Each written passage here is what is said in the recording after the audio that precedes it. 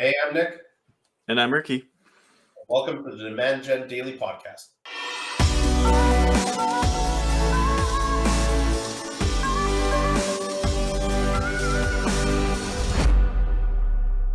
Welcome back, and as always, please remember to subscribe, hit us up with some questions. We will answer them.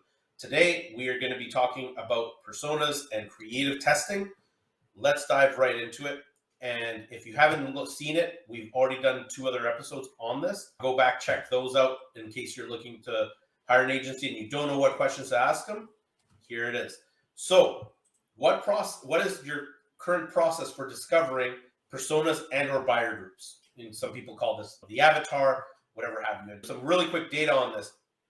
71% of companies that use some sort of persona / buyer group methodology, 71% are hitting their goals versus 37% who are not using a methodology like this.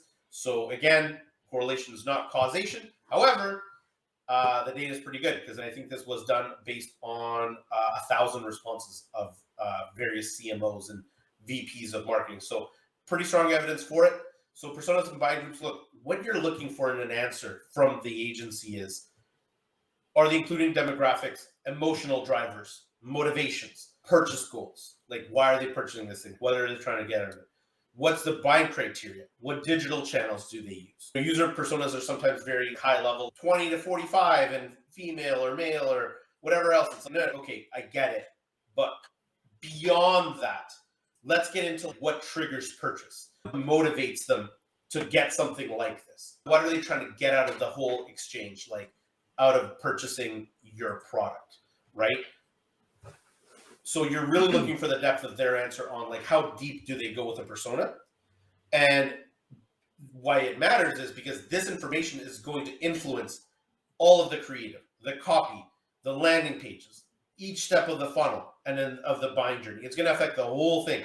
So if their user research / persona building doesn't have an in-depth methodology, the likelihood of good results decreases very, very quickly. So it's a huge red flag if they're building absolutely nothing. Now, there's different ways that people approach this. Like some agencies, when they don't do a strategy for you, they build personas and they have them in kind of internal docs. Maybe he has to see those. It might not be like this nice fancy presentation, but they will have them somewhere. And they generally have a methodology of how they achieve them. So that's what you really want to get from them on this point.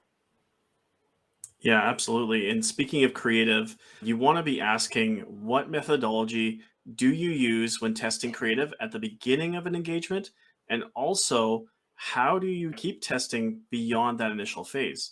So obviously there's going to be some initial tests that happen when you're launching a campaign that have been planned for, but then also once you've seen those, what's happening at that point? How do you continue to test based on the different buyer personas and based on the different creative that could be possible? Now, of course, the answer might be completely dependent on your budget, because if you have a larger budget for more creative, more variations, more tests, that makes a total sense. So be aware that answer might be completely budget dependent, but if they have the ability, this is where you can say, look, let's assume you have the budget. How would we go about this? Walk me through it. And it's a really good idea to ask them about how they ideate and build their campaigns. Yeah, and to that point, let's get into the next question, which translates really nicely. How do you organize tests that your agency runs? And it's a very small question, very few words. However, it's loaded, okay? Because what you're actually looking for is more of a methodology / technical answer. And really how it goes beyond it. Because like, how many days will they run tests, right? Like how many ads?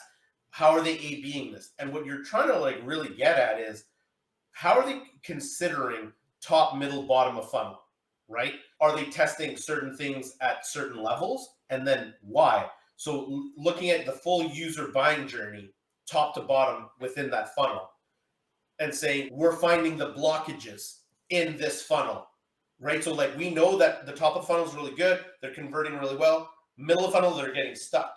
Okay, we need to run tests there. So that's the real answer. Then that's why I'm saying it's a very loaded question, because it's not like, oh, we test everything. It's like, you have to test blockage points because they're more important, Yeah. of course.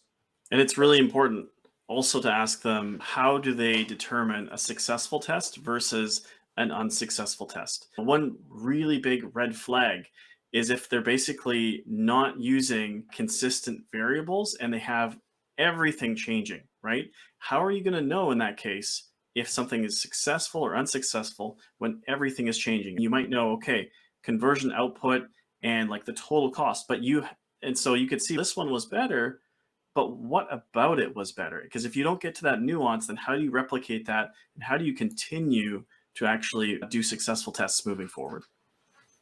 Absolutely. To wrap up, really, it all starts with a persona. So, like, the deeper the persona, the better the understanding of the persona, the buying journey, and how that reflects on the buying journey. Huge.